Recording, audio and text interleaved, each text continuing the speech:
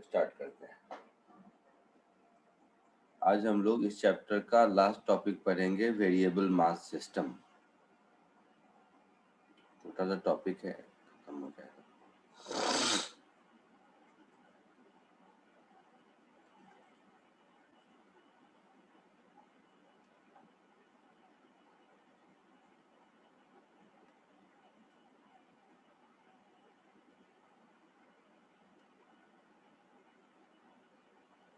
Newton second law क्या है?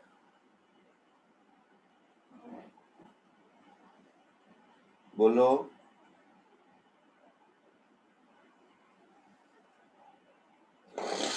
Newton second law क्या है, बताओ।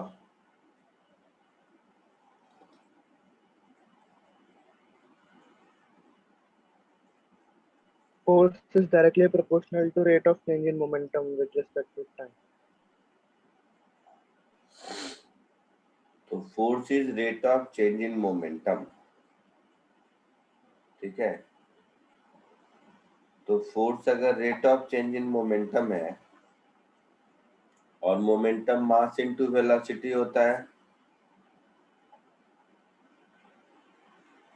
है ना, बोलो। हाँ सर।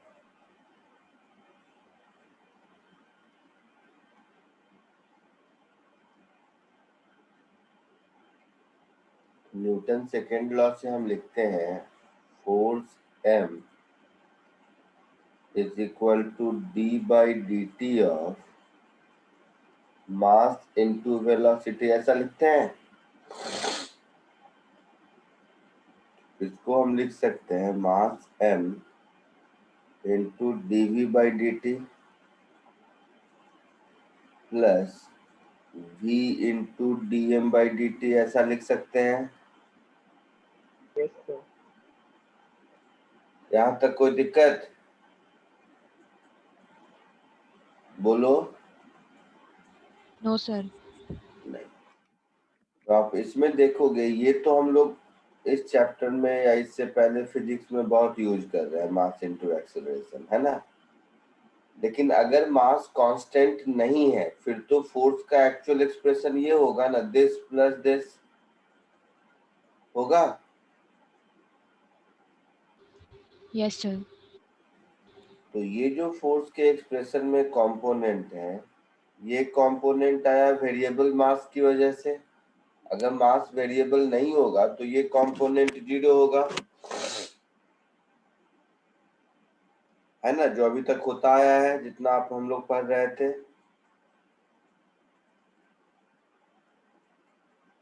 बोलिए।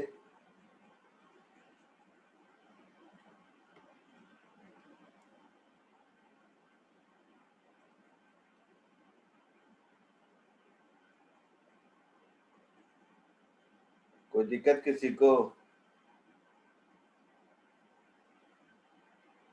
किसी को कोई दिक्कत?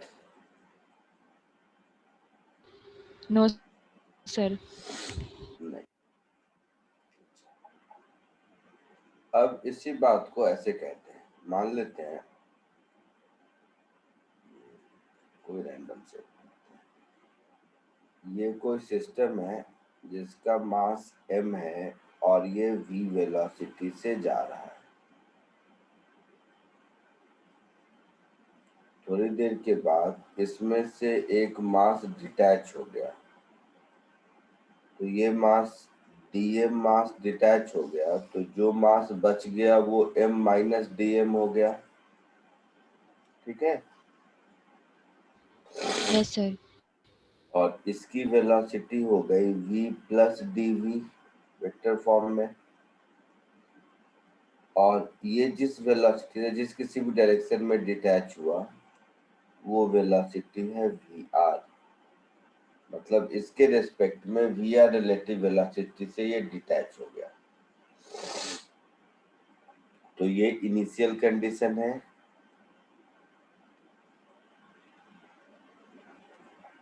और ये फाइनल कंडीशन है। और इसमें कोई फोर्स नहीं लग रहा है, इसमें कोई एक्सटर्नल फोर्स नहीं लग रहा है। ठीक है। हाँ अब अगर सर। हम लोग मोमेंटम कंजर्व कराएं,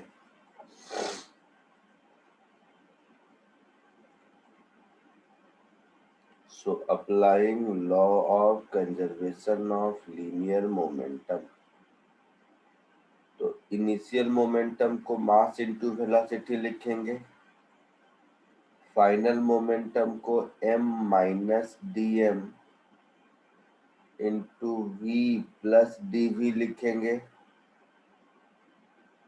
प्लस dm इंटू, अब ये वी आर रिलेटिव वेलोसिटी है, रिलेटिव वेलोसिटी मतलब velocity with respect to m minus D M V R है, तो ग्राउंड के रिस्पेक्ट में इसकी वेलोसिटी कितनी होगी?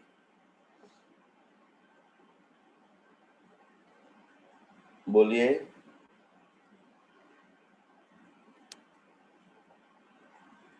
VR velocity is velocity of dm with respect to m minus dm,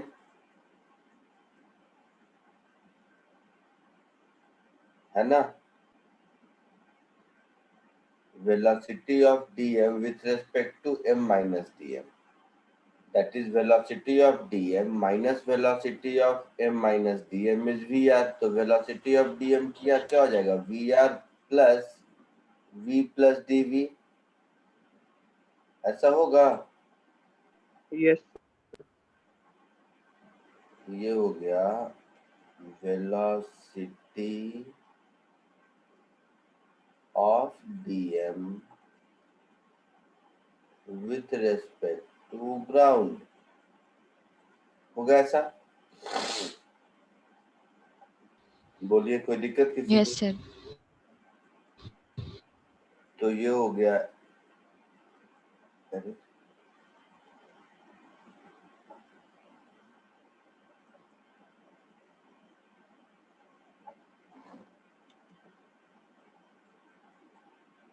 तो ये हो गया m into V is equal to m into we plus m into D we minus D M into we minus D M into D we plus D M into V R plus D M into we plus D M into D we, ऐसा होगा। तो ये term गया, ये term गया, ये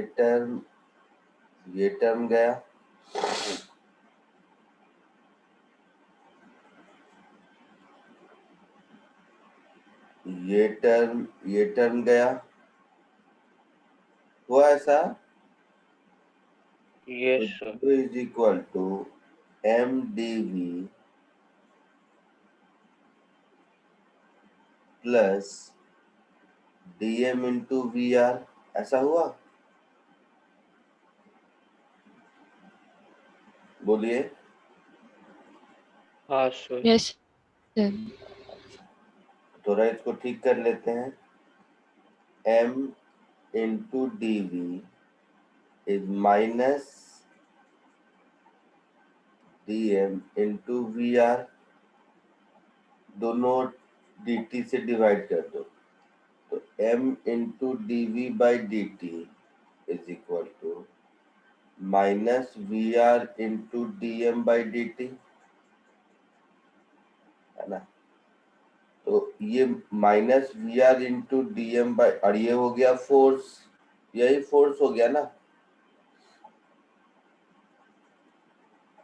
तो ये जो फोर्स हो गया which is minus we are into D M by D T, ये जो फोर्स है, इस फोर्स को हम लोग थ्रस्ट फोर्स कहते हैं। क्लियर है?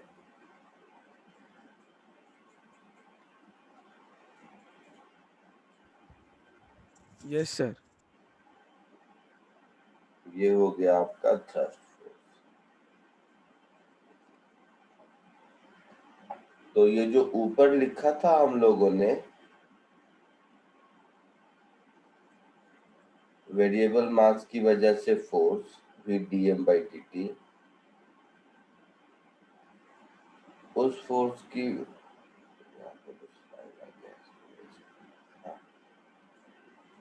तो वो एक जनरल है वेरिएबल मास का फोर्स, और वो वेरिएबल मास का फोर्स थ्रस्ट फोर्स कितना होता है, तो इतना होता है। यहाँ तक कोई दिक्कत? कुछ एग्जांपल इसका जैसे समझो, बचपन में बलून कार देखा है?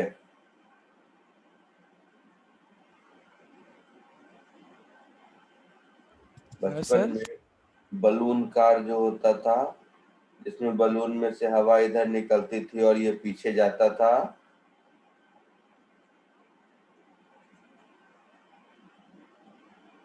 नहीं, कोई नहीं, अच्छे समझ लो, छोटे एग्जाम्पल से समझ लो। मान लो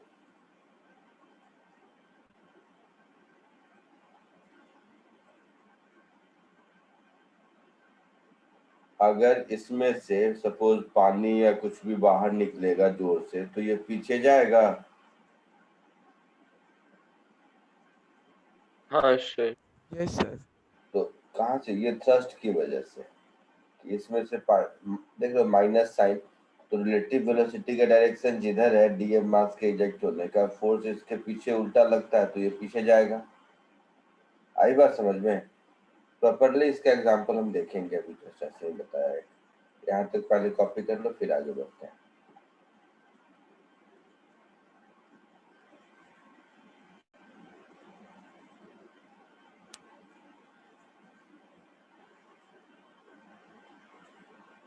अपना पहले कॉपी कर लीजिए, फिर इसके रॉकेट वाले एग्जांपल से भी देखते हैं जो हम लोगों को पढ़ना है।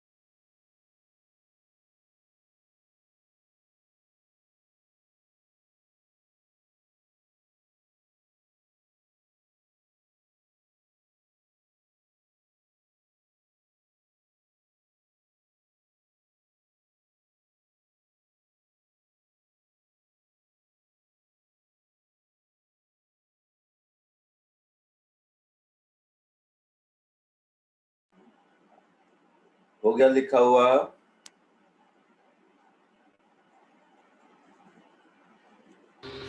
हाँ सर। आगे बढ़े।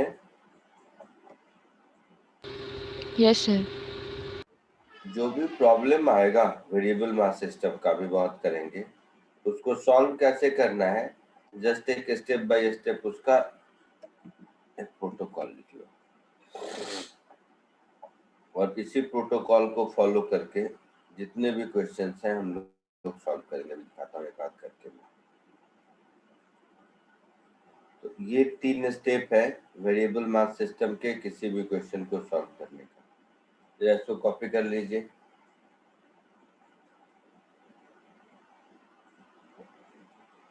सबसे पहले जैसे फ्री बॉडी डायग्राम बनाते थे ना, वैसे ही make a list of all forces acting on the main mass and apply them on it. मतलब ये जो एफबीडी बनाने का काम था वो काम कर लीजिए पहले।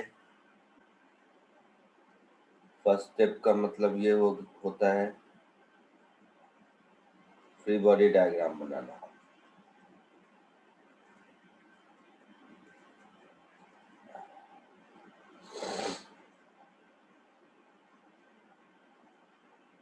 और फ्री बॉडी डायग्राम में सारे फोर्सेज होंगे।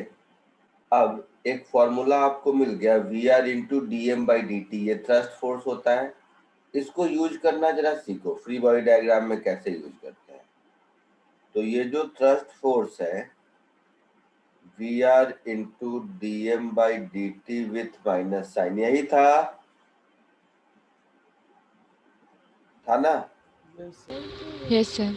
ध्यान से सुनो, लिखना बाद में।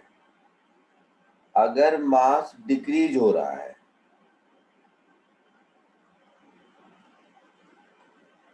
अगर मास डिक्रीज हो रहा है तो dm by D T negative होगा। Yes sir. और dm by D T negative होगा तो थ्रस्ट फोर्स का डायरेक्शन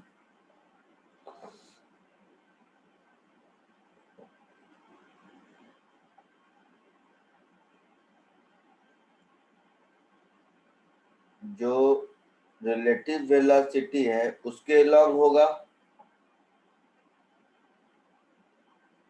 है ना? बोलो, क्योंकि ये एक माइनस हाँ। पहले से है, dm by D T negative हो गया, दोनों माइनस मिलके प्लस हो गया, तो थ्रस्ट फोर्स का डायरेक्शन वी आर वेक्टर के डायरेक्शन के लॉन्ग हो गया। हाँ सर। अच्छा, अगर मास इंक्रीज करता है तो उस केस में thrust force minus we are के बराबर होगा, है ना? हाँ सर। उस केस में thrust force is along minus of V R vector. ठीक है, तो ये हो गया स्टेप 2 की कहानी। उसी बात को लिखा हुआ है। सर स्टेप 2 में उल्टा लिखा है। क्या हुआ? सर उसमें लिखा है कि मास इंक्रीज हो रहा है तो वी आर के डायरेक्शन में और डिक्रीज हो रहा है तो minus V apply R. The additional force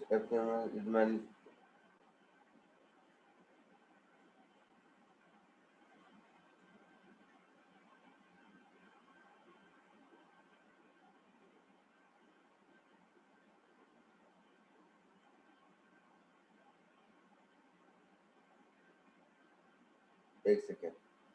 जैसे रॉकेट में क्या है कि मान लो पीछे वेलोसिटी निकलता है और मास डिक्रीज करता है, तो फोर्स आगे लगता है, तो मास डिक्रीज करने पर वेलोसिटी के अपोजिट। नहीं, ये सही लिखा है, मैंने गलत लिखा है, मैंने गलत लिखा है। ये सही लिखा है, मैंने गलत लिखा है। क्या कि कोई फॉर्मूला नहीं है, कॉमन सेंस है। जैसे रॉकेट में पीछे मास निकलता है ना? तो मास डिक्रीज हो रहा है और पीछे जा रहा है तो थ्रस्ट आगे लगता है ना? तो मास डिक्रीज होने पर रिलेटिव वेलोसिटी के अपोजिट लगता है थ्रस्ट। मैंने गलत लिखा है, मैंने संभव गलत लिखा। रुक जाइए, मैं ठीक कर देता हूं।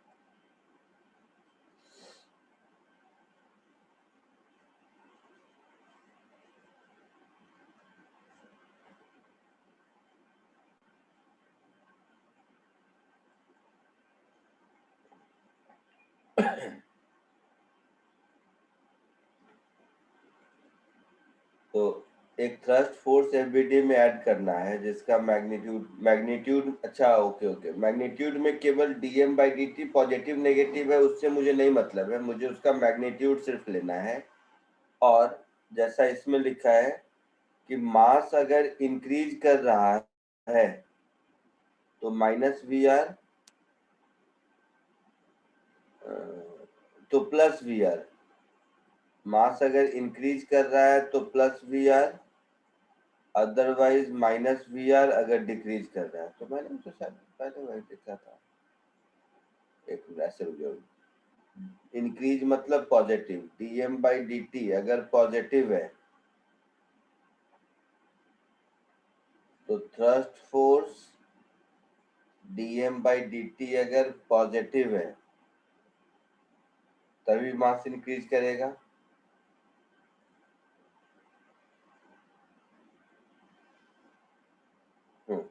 तो थ्रस्ट फोर्स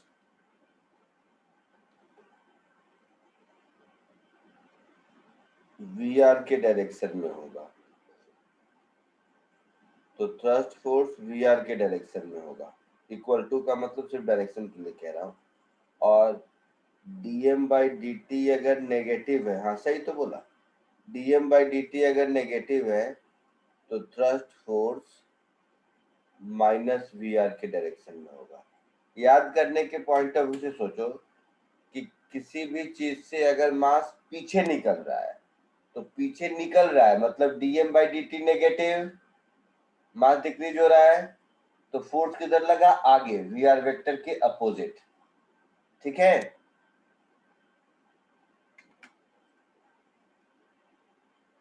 अच्छा। और थर्ड स्टेप में जो भी नेट फोर्स है, जो भी नेट फोर्स आया स्टेप 1 और 2 के बाद, उसको m into dv by dt से इक्वेट कर दीजिए, जो कि पहले भी करते थे, जिसमें कि m हमारा इंस्टेंटेनियस मास होगा। ये तीनों स्टेप यूज करेंगे तो वेरिएबल मास सिस्टम का कोई भी सम सॉल्व कर लेंगे। अभी देखते हैं, जल्दी कॉपी कर लो।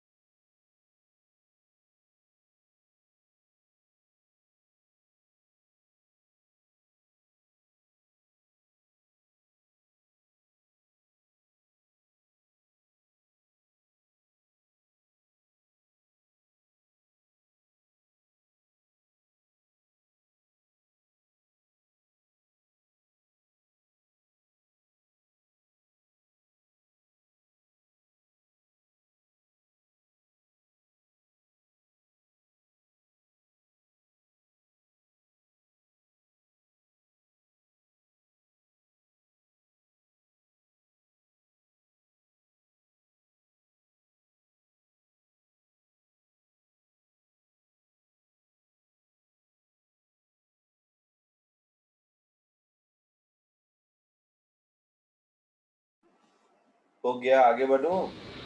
हाँ सर हो गया सर। वो सेकंड एक पॉइंट मिनट एक और सर। बार एक्सप्लेन कर सकते हो? हाँ, मैंने कहा कि dm/dt पॉजिटिव है। पॉजिटिव का मतलब है कि मास सिस्टम का बढ़ रहा है ना? हाँ सर। तो सिस्टम का मास अगर बढ़ रहा है तो उस केस में थ्रस्ट फोर्स रिलेटिव वेलोसिटी के डायरेक्शन के अलोंग लगता है। अलोंग का मतलब है, और ठीक है, और दूसरा है कि अगर मास कम हो रहा है, dm/dt नेगेटिव है, तो थ्रस्ट फोर्स वेलोसिटी वेक्टर के अपोजिट लगेगा। जैसे एग्जांपल याद रखने के लिए, ये मान लो ऐसे नहीं याद रहेगा तो समझो कि कोई एक मान लो गन है, ठीक है, तो गन में से बुलेट आगे निकलता है तो थ्रस्ट पीछे लगता है। हाँ सर।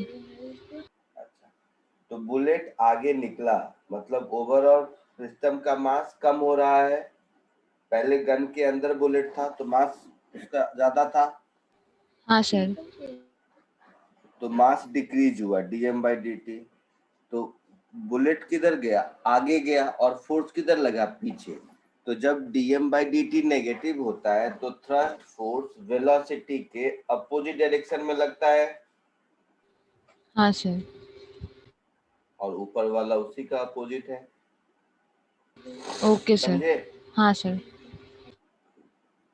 लिख लिया सबने? यस। अब इसी का एक एग्जांपल देखते हैं, रॉकेट प्रोपल्शन। लिखना मत, ध्यान से देखो वन टाइम।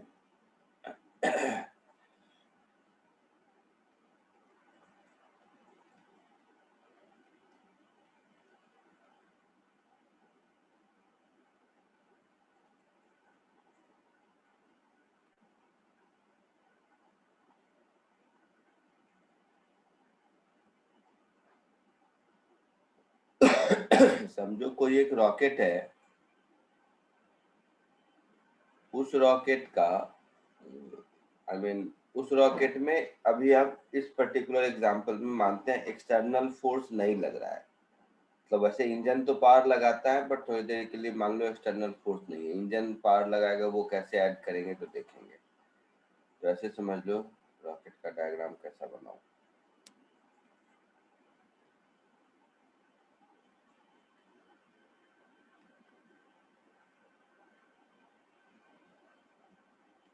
हाँ, ऐसे समझ लो ये एक रॉकेट है, इसका मास है m0।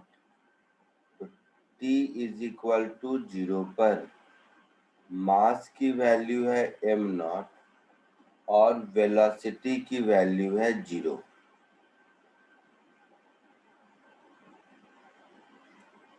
थोड़ी देर के बाद जब इसमें से मास बाहर निकल रहा है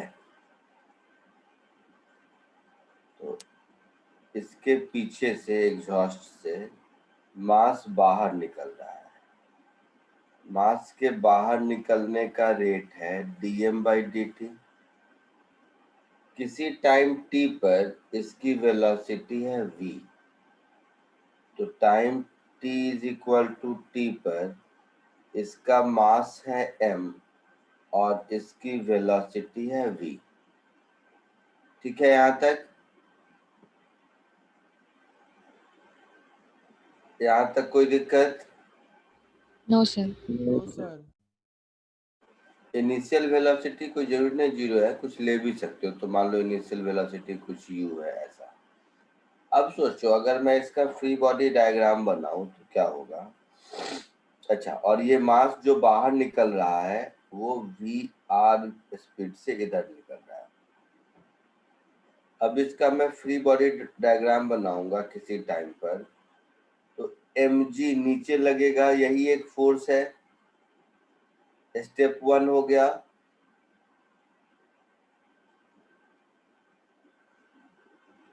स्टेप 1 हो गया बेटा। हाँ सर। स्टेप 2 में बोला है कि मास अगर डिक्रीज हो रहा है तो वी आर वेक्टर के अपोजिट डायरेक्शन में थ्रस्ट फोर्स लगा दो। तो मास डिक्रीज हो रहा है, तो वी आर वेक्टर के अपोजिट डायरेक्शन में मैंने थ्रस्ट फोर्स लगा दिया, Yes, sir. लगा दिया। और इस थ्रस्ट फोर्स का magnitude V are into D M by D T होगा। ये यहाँ पे समझना है वो माइनस प्लस का क्यों दिक्कत हो रहा है। ये मैग्नीट्यूड होगा। अच्छा, तो हाँ ये तो सर। डायरेक्शन तो मैंने ऊपर ले लिया, ये मैग्नीट्यूड है, बट मैथमेटिकली देखने जाओ तो D M by D T अब नेगेटिव आएगा क्योंकि डिक्रीज हो रहा है। तो या तो मैं लिखूं v r multiplied with mod of d M by D t, लिखूंगा ऐसा। हाँ सर। और सिंस m इज डिक्रीजिंग तो dm by D T negative आएगा, तो मैं इसको लिखूंगा minus we are into D M by D t. Mod से बाहर करने के बाद ये थ्रस्ट फोर्स हो जाएगा।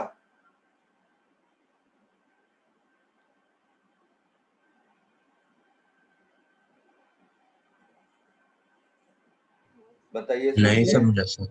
हाँ सर, वो लास्ट स्टेप नहीं समझा। ठीक है, थ्रस्ट फोर्स किधर लग रहा है? ऊपर लग रहा है सर। ऊपर। ये बात समझ आया? हाँ सर। मास मान लो 5 केजी पर सेकेंड से डिक्रीज हो रहा है और 10 मीटर पर सेकेंड से 5 केजी पर सेकेंड से डिक्रीज हो रहा है और निकल रहा है 10 मीटर पर सेकेंड से। तो थ्रस्ट फोर्स 5 इंटू 10 50 न्यूटन ऊपर लगेगा, हाँ सर। लगेगा। अब अगर मैं इस थ्रस्ट फोर्स को मैथमेटिकली लिखूं तो ऊपर लगेगा। ये वाला साइन तो मैंने फ्री बॉडी डायग्राम में पहले ही बना दिया। Yes sir. अच्छा, और उस फोर्स का मैग्नीट्यूड कितना होगा? तो relative speed into D M by D t, जिस रेट से मास डिक्रीज कर रहा है। Yes sir. तो जब mathematically d M by D t लिखेंगे तब तो वो नेगेटिव आएगा क्योंकि हम मास डिक्रीज कर रहा है। Yes sir. तो वो डायरेक्शन हम पहले ही ले चुके हैं, तो वो पॉजिटिव फोर्स लिखने के लिए मुझे D M by D T का मॉड लिखना पड़ेगा ना। हाँ सर। तो dm बाई डी टी का मॉड अगर लेंगे और dm by D T negative है तो value minus dm by D T होगी। हाँ सर। Mod of x is plus plus x when x is positive और mod of x is minus x when x is negative. ये तो math में पढ़ चुके हैं।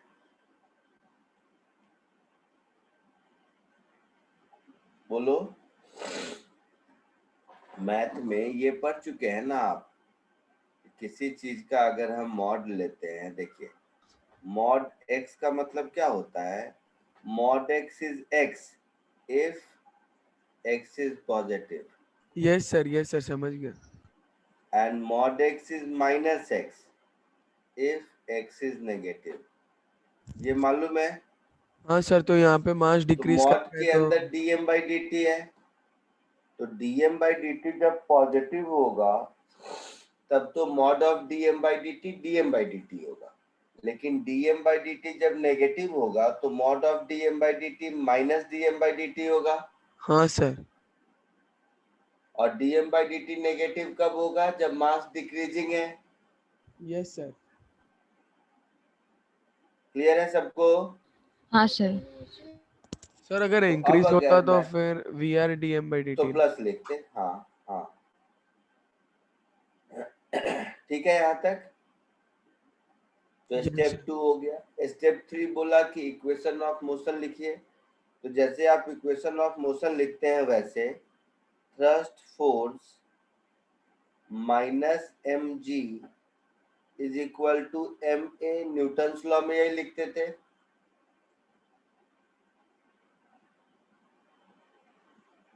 है ना?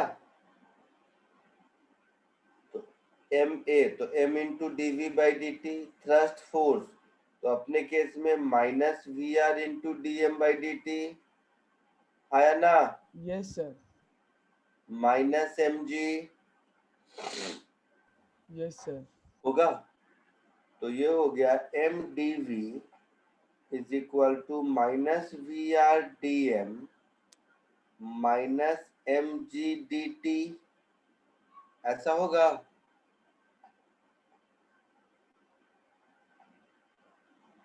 बोलिए।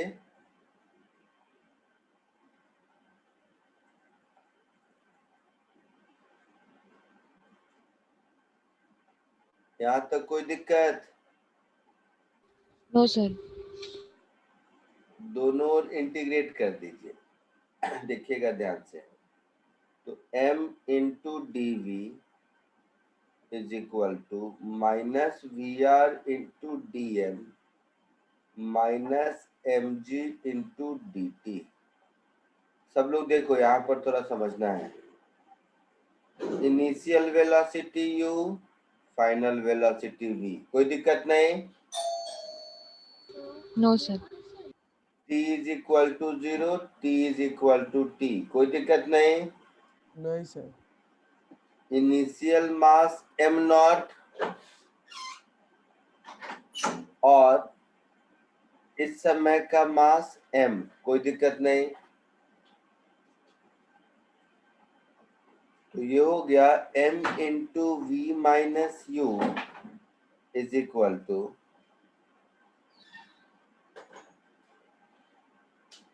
नहीं, एक मिनट रुको, एक मिनट रुको।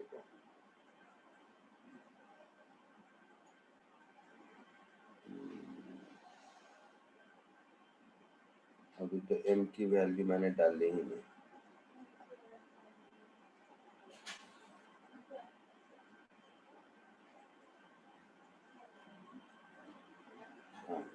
ये एम वी तो m मेरा टाइम का फंक्शन होगा। टाइम का फंक्शन मतलब मास जिस रेट से बाहर निकल रहा है,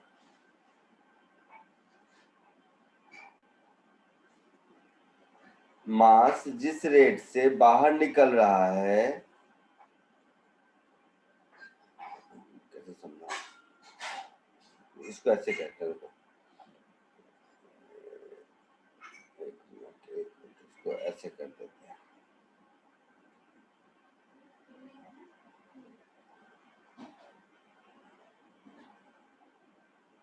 यहाँ तक ठीक है?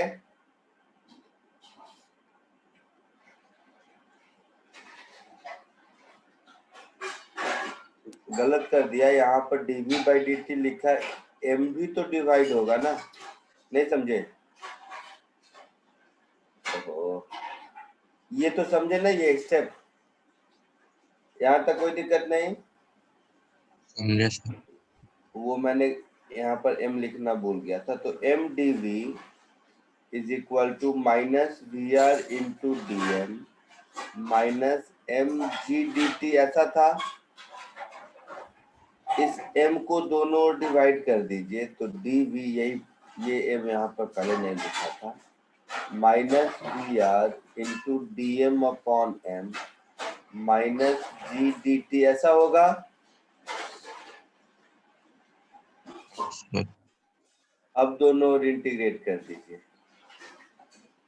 अब दोनों ओर इंटीग्रेट कर देंगे तो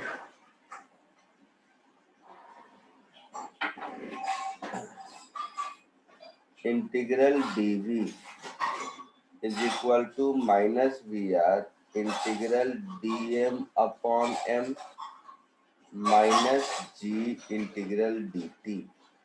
t इक्वल टू 0 पर mass is m naught, initial velocity u। किसी टाइम t पर mass is m and velocity is v, ऐसा। हाँ सर। तो ये मेरा हो गया v minus u is equal to minus we r ln of m upon m naught, ऐसा होगा। 1/x का integral log x minus g t. हाँ सर। है ना, पक्का? तो मेरा v हो गया u minus g t minus we r ln of m upon m naught, ऐसा कुछ आएगा।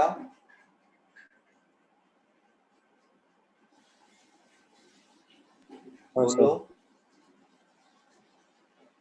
ऐसा कुछ एक्सप्रेशन आएगा। Yes sir.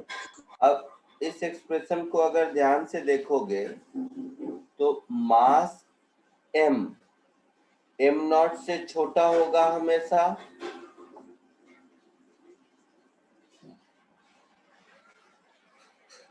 m naught initial mass है, मास कम हो रहा है तो छोटा होगा ना। हाँ सर। तो ये ln के अंदर वाला टर्म 1 से छोटा होगा, तो log x को -1/log x लिखते हैं ना, तो इसको ऐसा लिख सकते हैं v r ln of m naught upon m, मतलब अंदर रेसिप्रोकल कर देंगे तो ये माइनस का प्लस हो जाएगा।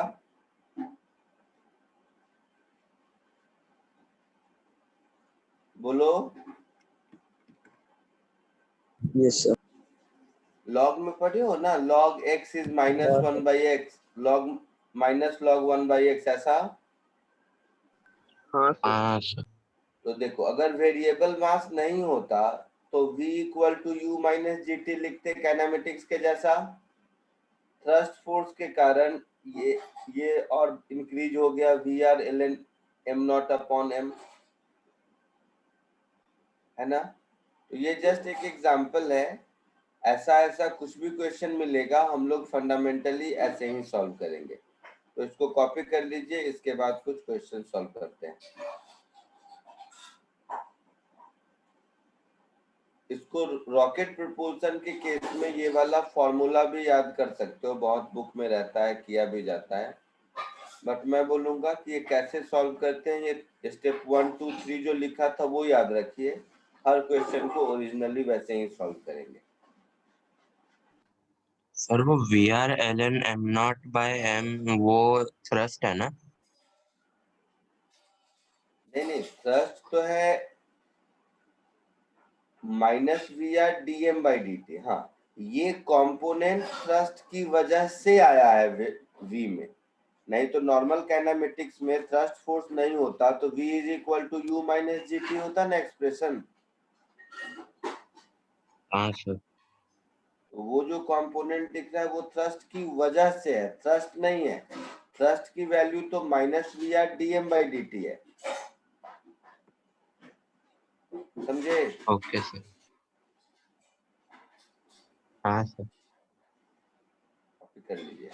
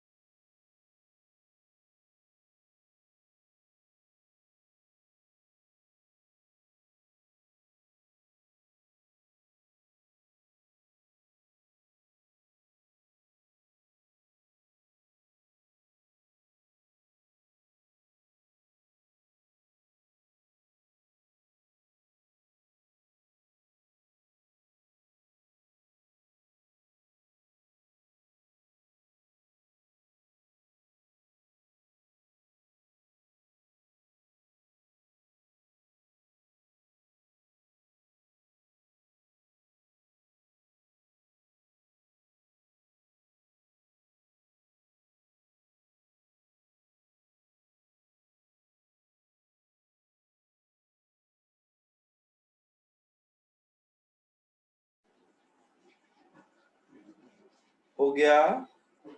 No sir.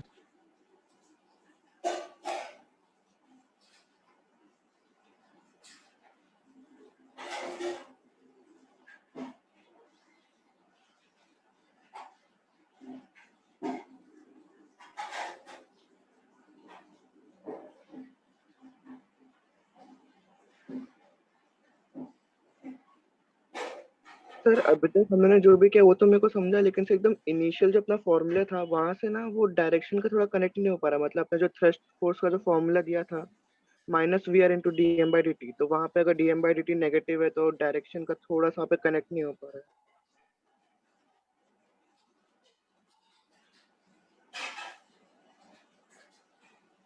DM by dt अगर नेगेटिव है सर पर आपने तो जो इन जनरल वाला फॉर्मूला दिया उसमें तो सीधा माइनस ही है, उसमें हमें थोड़ी मालूम होगा कि वो हाँ मास से आपके डिक्रीजिंग है कि वही मैं बता रहा हूँ। डीएम बाई dt अगर नेगेटिव है तो automatically thrust force v are के कैसे समझाऊं,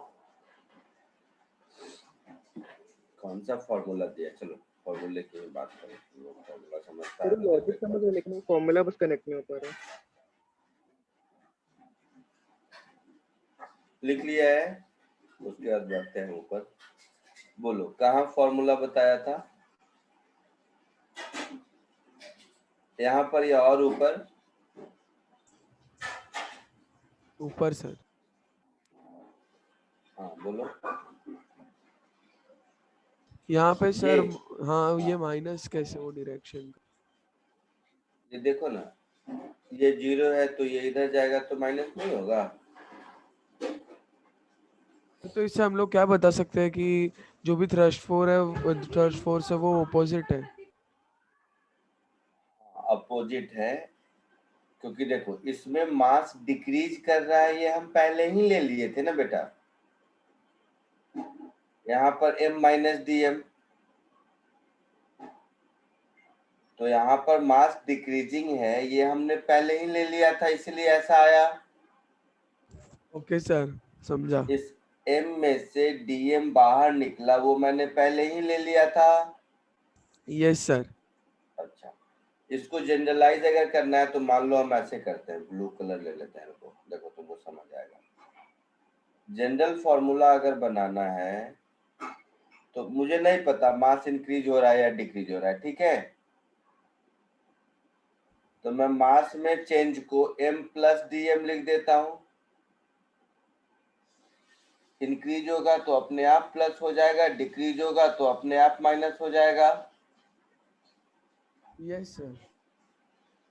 लेकिन टोटल मास कंजर्व रहता है, तो यहाँ पर m प्लस dm लिखूंगा तो यहाँ माइनस dm लिखना पड़ेगा, यस सर। है ना? तो इसीलिए ये जो फॉर्मूला हमने डिराइव किया था उसमें तो dm बाई dt नेगेटिव ही था, हाँ सर। है ना? तो जब dm बाई dt नेगेटिव था उस केस में मुझे ये थ्रस्ट ये मिला एक्सप्रेशन। ये जनरल एक्सप्रेशन है ऐसा नहीं है, ये जनरल एक्सप्रेशन अगर होता तो ये मैं स्टेप 1 स्टेप 2 स्टेप 3 लिखता ही नहीं ना। हाँ सर फिर तो तुरंत आंसर मिल जाता उस पे। आई बात समझ में? Yes sir. तो ये डेरिवेशन मैंने लिखा इसीलिए उस केस में जिसमें मास डिक्रीज हो रहा है। हाँ, जनरल अगर फॉर्मूला देखना है तो ये तीनों स्टेप देखो, जिसमें कि ये जो कंपोनेंट है ये थ्रस्ट फोर्स का मैग्नीट्यूड है।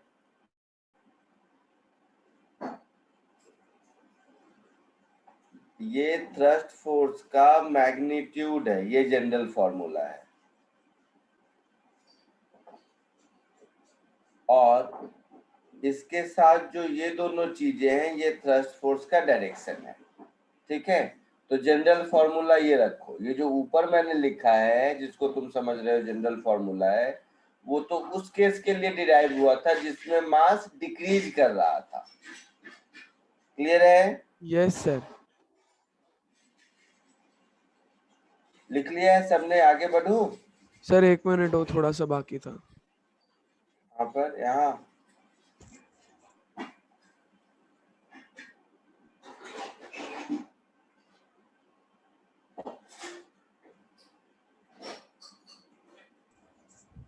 एक सेकंड सर, सिर्फ मिनिमाइज कर दो ना। क्या करो? एक सेकंड, वो मिनिमाइज करके थोड़ा ऊपर का।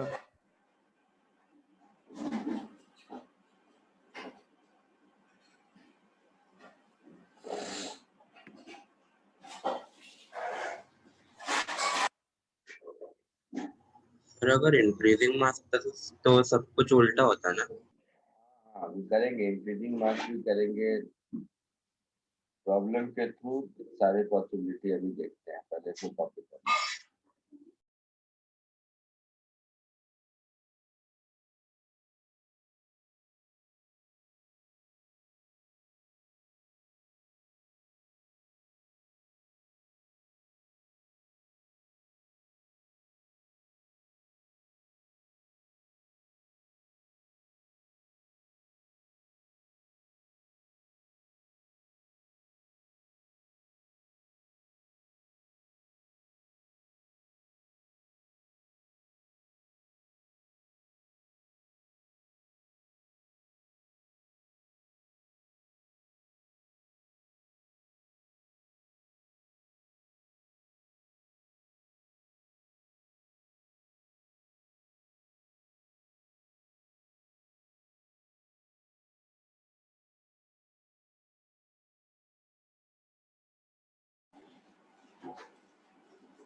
हो गया?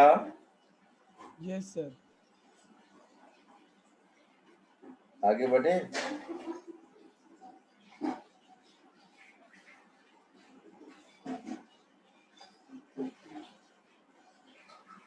हो गया सर।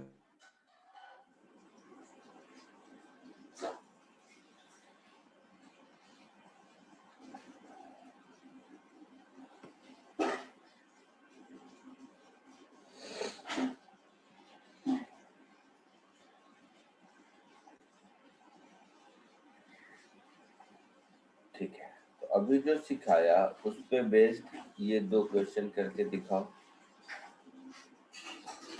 देखो, ये इंक्रीजिंग मार्क्स का क्वेश्चन आ गया, फर्स्ट वाला।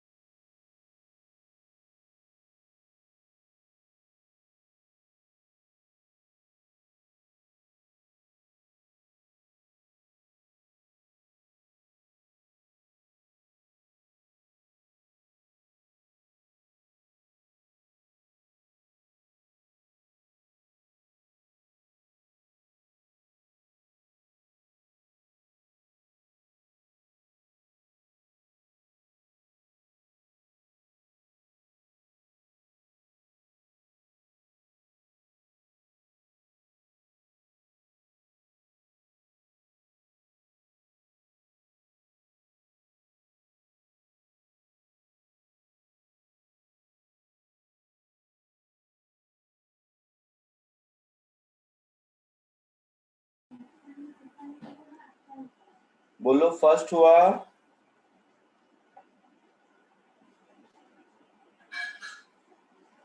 बोलो। एक minute sir.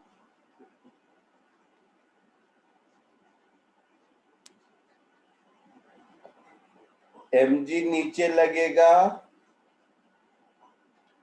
f right word लगेगा, और मास इंक्रीज हो रहा है तो थ्रस्ट फोर्स किधर लगेगा? इधर नीचे की ओर लगेगा, बोलो। Yes, sir. और ग्राउंड का नॉर्मल रिएक्शन इधर लगेगा, और इसका एक्सेलरेशन इधर होगा। तो इसका एक्सप्रेशन तो सिंपल हो जाएगा, F is equal to m into a, that is dv by dt। m क्या हो जाएगा? किसी टाइम t पर मास कितना हो जाएगा? तो ये हो जाएगा m naught plus mu t into dv by dt। ऐसा लिखेंगे?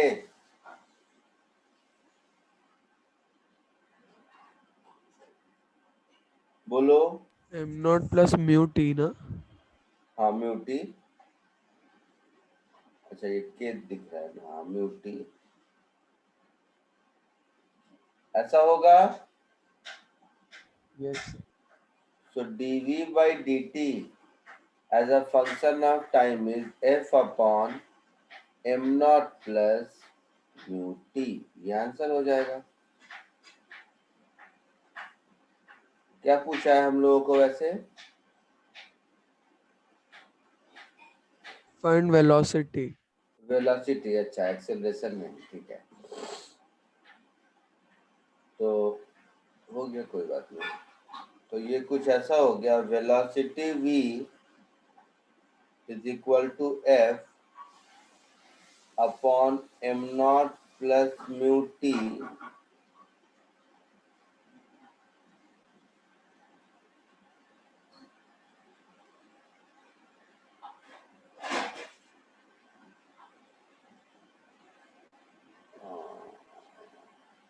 एक मिनट रुको।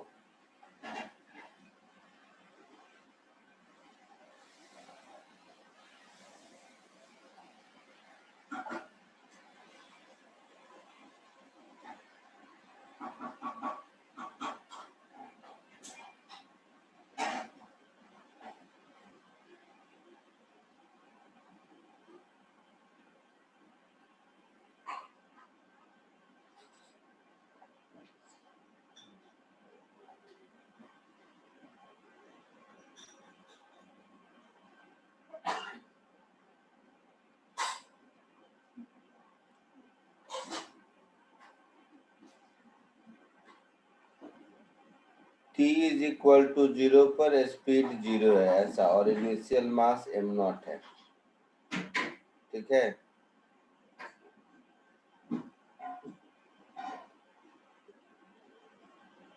डाउट हो रहा है कि वो कर सकते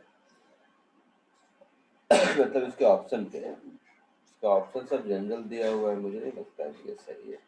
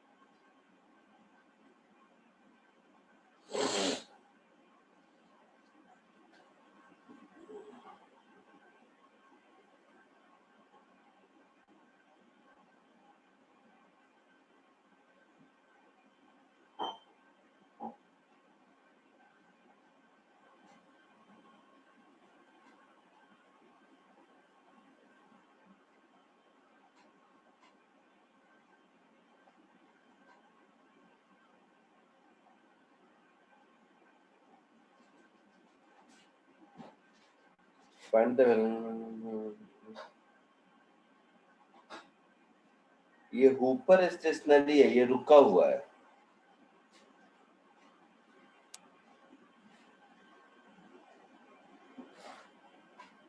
ये हुपर रुका हुआ है,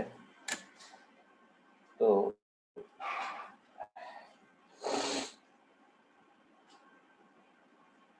मतलब ये दोनों दो अलग अलग केस है। मतलब हुपर भी चल रहा होता है इसके साथ। मैं क्यों रुक गया इस क्वेश्चन को सॉल्व करना में? देखो कंफ्यूजन जो मेरे दिमाग में है, अगर हुपर भी चल रहा होता तो जो फॉलिंग मास है उसके पास भी एक्स डायरेक्शन में मोमेंटम होता। ऊपर चल नहीं रहा है, मतलब एक्स डायरेक्शन में मोमेंटम पहले नहीं है।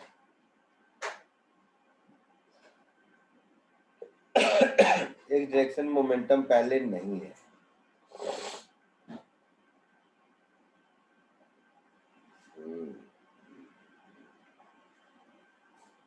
ये डाउट हो रहा है इस क्वेश्चन पे, पता नहीं क्या।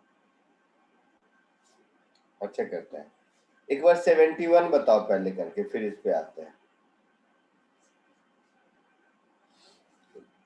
क्योंकि ऑप्शन इसके सब मुझे बेकार दिख रहे हैं। ये नेक्स्ट वाला क्वेश्चन नंबर 2 करके बताइए। 1 मैं बताता हूँ 2 मिनट में। 1 के ऑप्शन मुझे बेकार लग रहा है इसके लिए।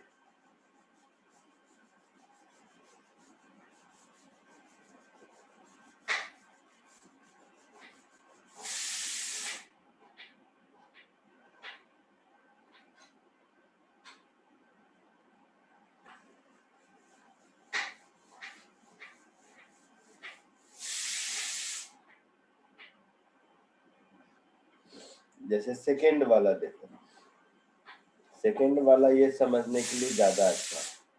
इसमें कह रहा है कि एक वैगन है जिसमें कि सैंड पूरा भरा हुआ है, और यहाँ पर वो बाहर निकल रहा है किस रेट से?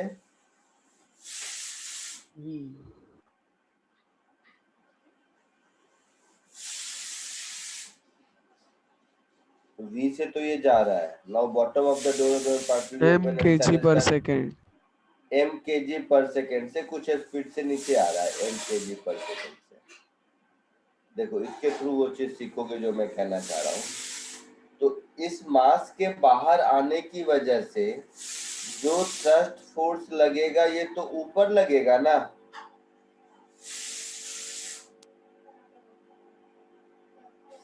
जो थ्रस्ट फोर्स लगेगा ऊपर की ओर लगेगा।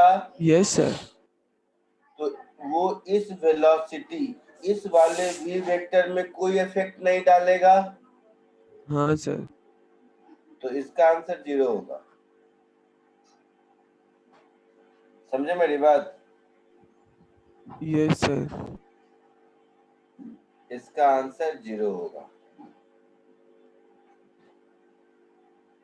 क्लियर है? नहीं सर। अरे ये इधर निकल रहा है सैंड, तो इस पर थ्रस्ट फोर्स ऊपर लगेगा ना। तो फॉरवर्ड डायरेक्शन में कोई फोर्स नहीं लगेगा, तो फॉरवर्ड डायरेक्शन में वेलोसिटी चेंज नहीं होगा ना।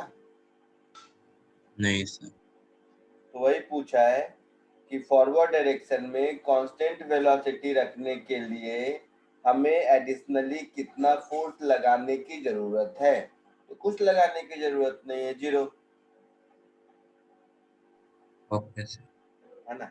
अच्छा, ये तो ऐसे बताया, इसको प्रॉपर्ली सॉल्व करना है। तो देखो सब ध्यान से सुनो, प्रॉपर्ली अगर मुझे सॉल्व करना है, मान लो मुझे कोई फर्स्ट वर्स्ट फॉर्मूला कुछ नहीं पता है, तो मैं कैसे लिखूंगा?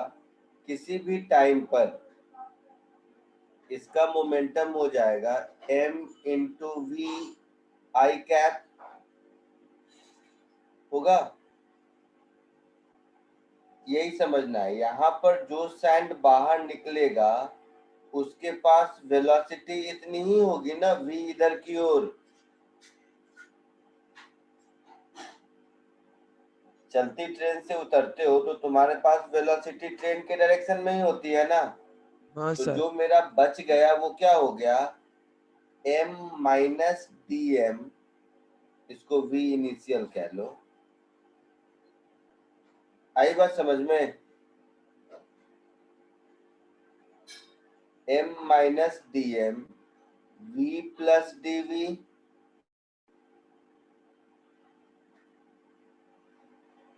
Plus dm into we plus dv, ये भी तो होगा, dm भी तो इसी स्पीड से निकल रहा है ना? तो इसीलिए v इनिशियल और v फाइनल इक्वल होगा। समझ आया कुछ कि नहीं? किसी चलते हुए सिस्टम से कोई ऑब्जेक्ट, देखो दोनों दो बात होता है, सब लोग समझते नहीं हो तुम लोग शायद। जैसे रॉकेट से जो बाहर निकलता है वो कुछ वेलोसिटी से निकलता है वीआर।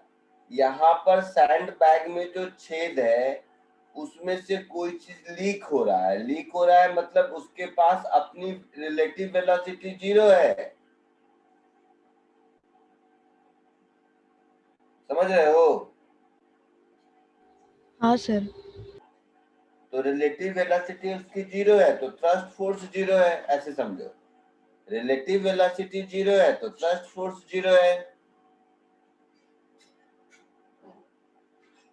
आई बात समझ में? हाँ सर।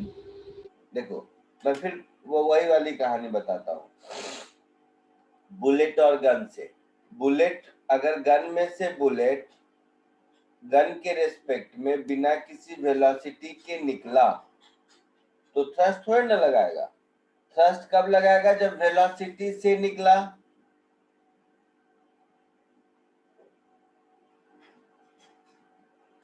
आया समझ में? हाँ सर। तो जैसे मान लो पानी का ही टैंक है, उसमें छेद है और पानी लीक हो रहा है, तब थ्रस्ट थोड़ा लगेगा। पानी जब फ्लो के साथ बाहर निकलेगा स्पीड के साथ, तब थ्रस्ट लगेगा ना। तो यहाँ सैंड बैग में छेद है, देखो starts falling at the rate of mkg/s। तो ये तो लीकेज है जिसमें से बाहर निकल रहा है, वो किसी वेलोसिटी के साथ बाहर नहीं निकल रहा है जो थ्रस्ट लगाएगा। क्लियर है? हाँ सर। ठीक वैसे ही क्वेश्चन नंबर 1 पे मैं क्यों रुक गया था, रीजन ये है कि ये जो गिर रहा है ना वैगन में ये सैंड या जो भी लिखा हुआ है म्यू केजी पर सेकेंड से, ये मुझे समझना था कि ये वाला जो वैगन के ऊपर ये सैंड है कोन के जैसा, ये इसके ऊपर ही माउंटेड है क्या?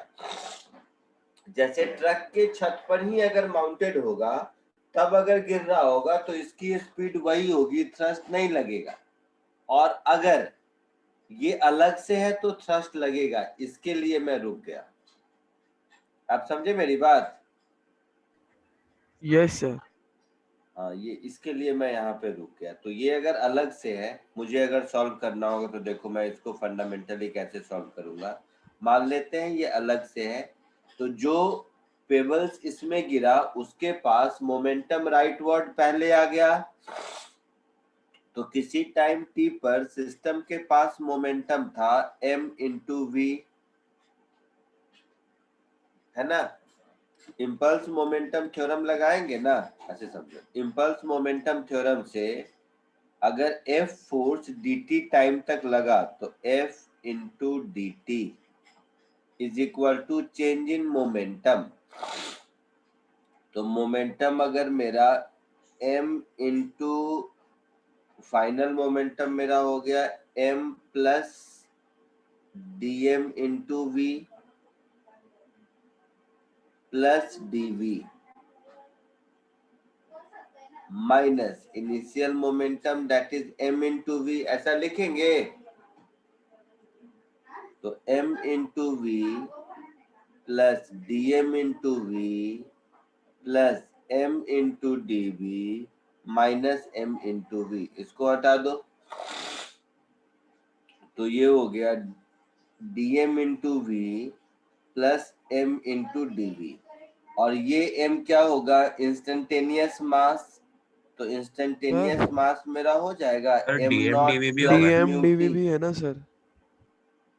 कहाँ पे बेटा? एम हाँ, पे मल्टीप्लाई करके एक टर्म डीएम डीवी भी रहेगा, वो ऐसे 0 होगा। ये डीएम डीवी भी होगा।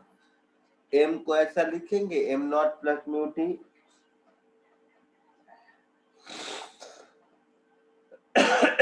इंस्टेंटेनियस मास यही होगा ना, m naught plus mu T.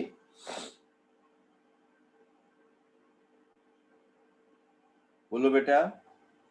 हाँ तो यहां से देखेंगे आप, तो dm by D T is mu, तो dm is mu d t. तो m की जगह इसको और dm की जगह इसको पुट कर दीजिए। तो देखिए ये हो गया f डी टी, dm की जगह mu d t into v, m की जगह m naught plus mu t into D we plus dm that is mu d t into D we. ऐसा होगा?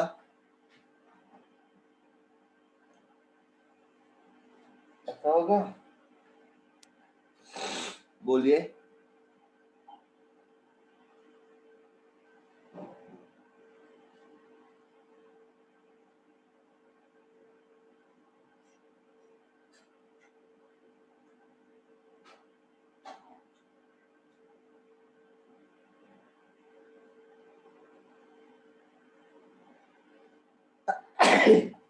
हाँ सर।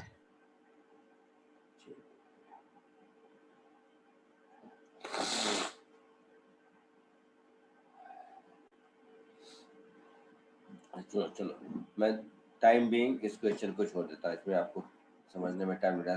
थोड़ा पहले इजी 2-3 क्वेश्चन कर देते हैं, फिर ये मैं सर कर ये दूंगा। वेलोसिटी फाइंड करना है तो मोमेंटम अपॉन मास से कर सकते हैं। मोमेंटम कंजर्व नहीं कर सकते क्योंकि एक्स्ट्रा फोर्स F लग रहा है ना। F नहीं होता तो मोमेंटम कंजर्व करते, F है तो इम्पल्स मोमेंटम थ्योरम लगाएंगे। देखो ये तुम लोग खुद करोगे, इसी में का 1-2 आसान क्वेश्चन मैं पहले करा देता हूँ, फिर देखना ये आप खुद करोगे। इसी में का 1-2 आसान क्वेश्चन पहले मैं करा देता हूँ।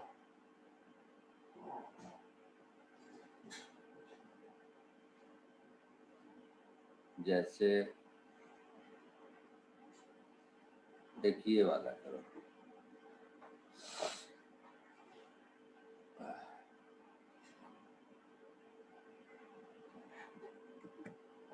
एक ये क्वेश्चन करो।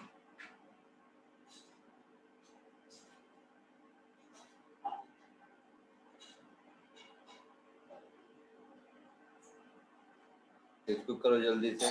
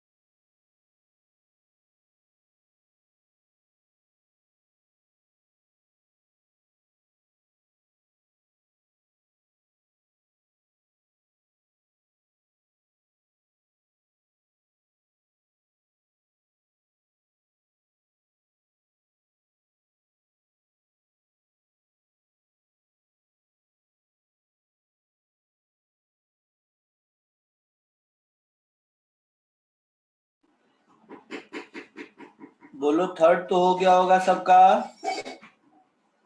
हाँ सर।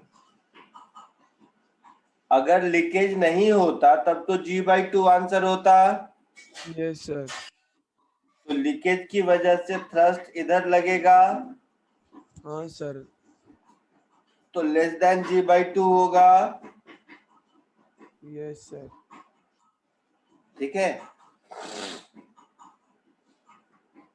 थर्ड इजी है।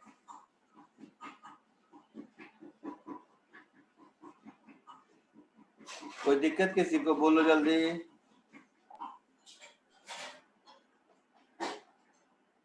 थर्ड वाला समझने में कोई दिक्कत किसी को?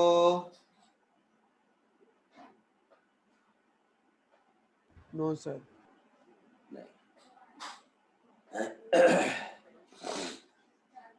एक और देखो, एक और ये जो टाइप का क्वेश्चन है, एससी वर्मा में आज से 2 क्वेश्चन है, उसको भी कर लोगे। थ्रस्ट का ही है बट इसका टाइप थोड़ा अलग है।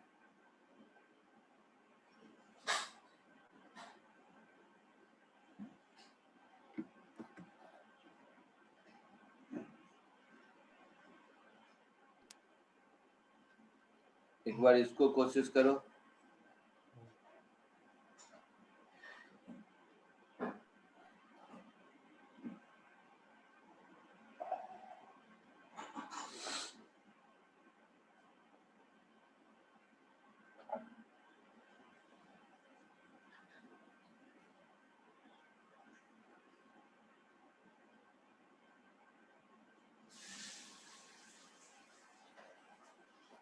समझने के लिए साथ में ये डायग्राम रखो। चलो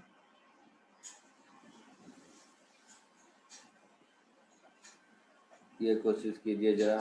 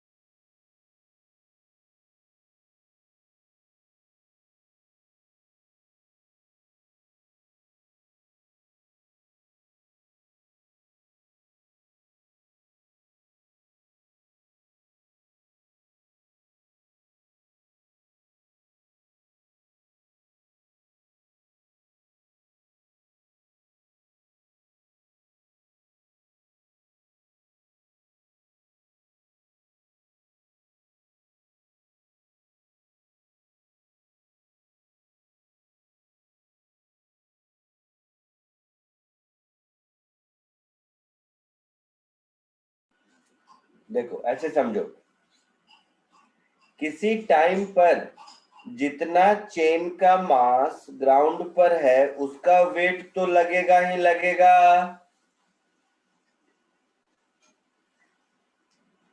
है कि नहीं? बोलो। अच्छा, हाँ सर। तो ये mg होगा। सब ध्यान से सुनो, साथ ही साथ पर सेकेंड मास ऐड होता जा रहा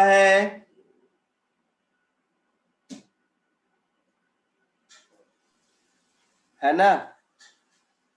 यस सर। तो थ्रस्ट फोर्स का डायरेक्शन भी नीचे ही होगा।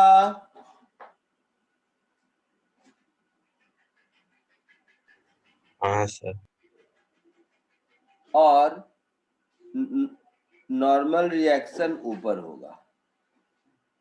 तो हम लोगों को केवल मैं तो पूरा इसलिए बताया कि कुछ भी पूछे क्वेश्चन में, केवल मुझे थ्रस्ट फोर्स ढूंढना है। टोटल फोर्स टेबल पर कितना लगाता है वो ढूंढना होता तो हम लोग mg भी लगा दे। तो ये थ्रस्ट फोर्स, सब लोग ध्यान से देखो, ये समझना है। थ्रस्ट फोर्स हम लोगों ने सीखा ये होता है V into dm/dt। Thrust force का मैग्नीट्यूड यही होता है ना,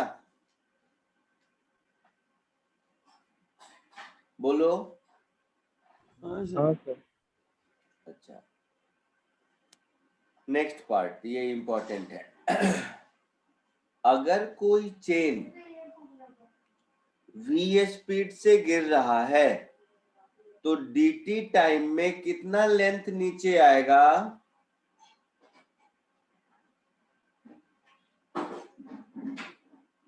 इतना लेंथ नीचे आएगा।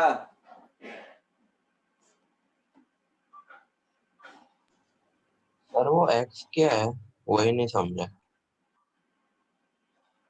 एक्स नहीं है क्वेश्चन में, कुछ नहीं है क्वेश्चन को छोड़ दो तुम, मतलब केवल लैंग्वेज जो देख लो वही देखो। ये वो चलो उसको हटा दो, ये डायग्राम दिक्कत है तो इसको हटा दो। लो मैं क्या कह रहा हूँ, कहीं भी जैसे चेन इस हाइट तक थी पहले, तो गिरना शुरू किया तो एक हाइट नीचे आया, ये वो एक्स है।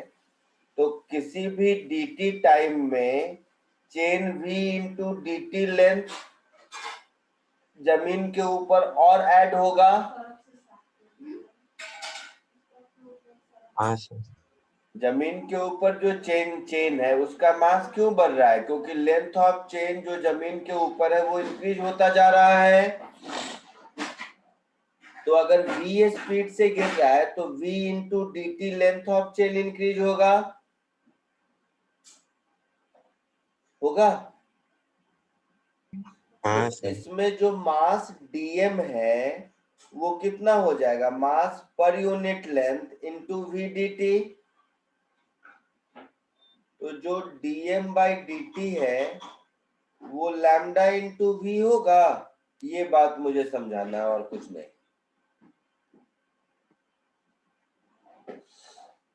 लैम्डा इज मास पर यूनिट लेंथ, वैल्यू बाद में पुट कर देंगे। dm/dt is lambda into we होगा। हाँ सर। पक्का?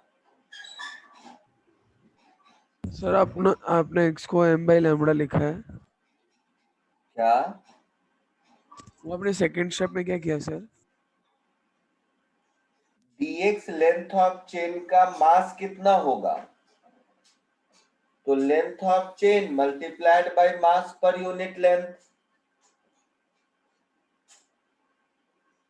हाँ सर। होगा। तो ये dm/dt की जगह इसको पुट कर दीजिए। तो ये हो गया v into lambda v, that is lambda into v square. ये थ्रस्ट फोर्स हुआ। अच्छा, और लैम्डा हो गया m/l। तो थ्रस्ट फोर्स मेरा हो गया m/l इंटू वी स्क्वायर। ये हमारा आंसर होगा। आया समझ में?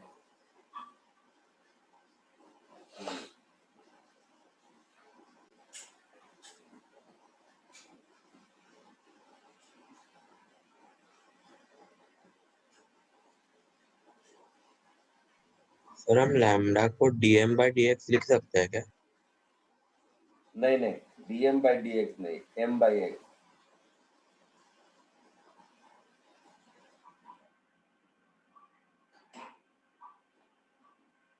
m/l मास पर यूनिट लेंथ, वो तो कांस्टेंट है ना। ओके। चमका कुछ?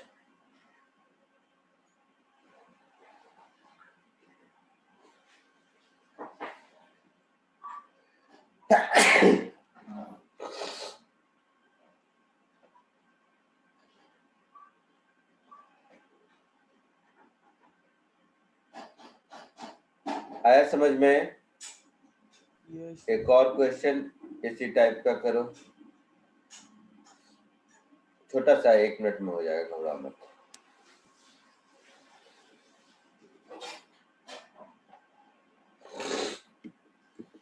ऑप्शन बेस्ड एक ये क्वेश्चन करो।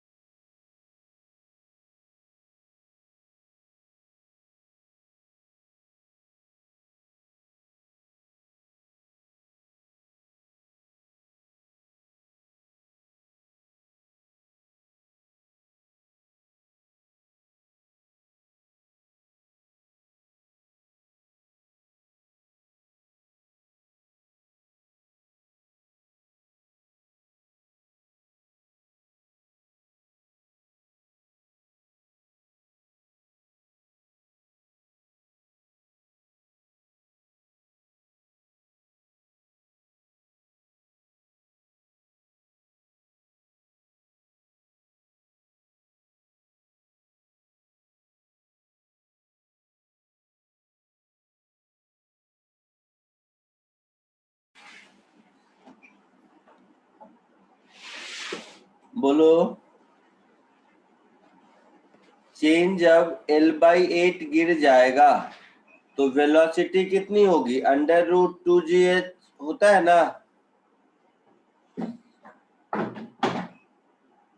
फ्री फॉल में कोई चीज अगर x डिस्टेंस गिरेगा तो √2gh होता है।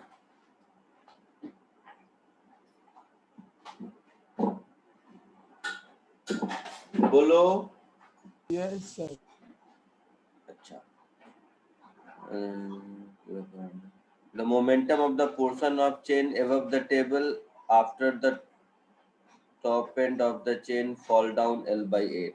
ओ ये तो कुछ नहीं है। तो above the table, तो above the table L/8 अगर गिर गया तो 7 L/8 बचा हुआ है। हाँ सर। है ना। तो 7 L/8 का मास 7 m/8 होगा और उसकी वेलोसिटी v होगी। तो 7 m/8 और √GL/4 तो 7 m/16 √GL, ऐसा कुछ आंसर होगा।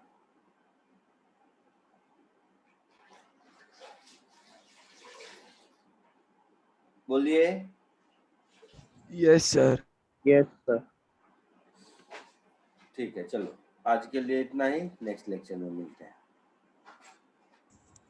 Bye sir, thank you sir. या बाय।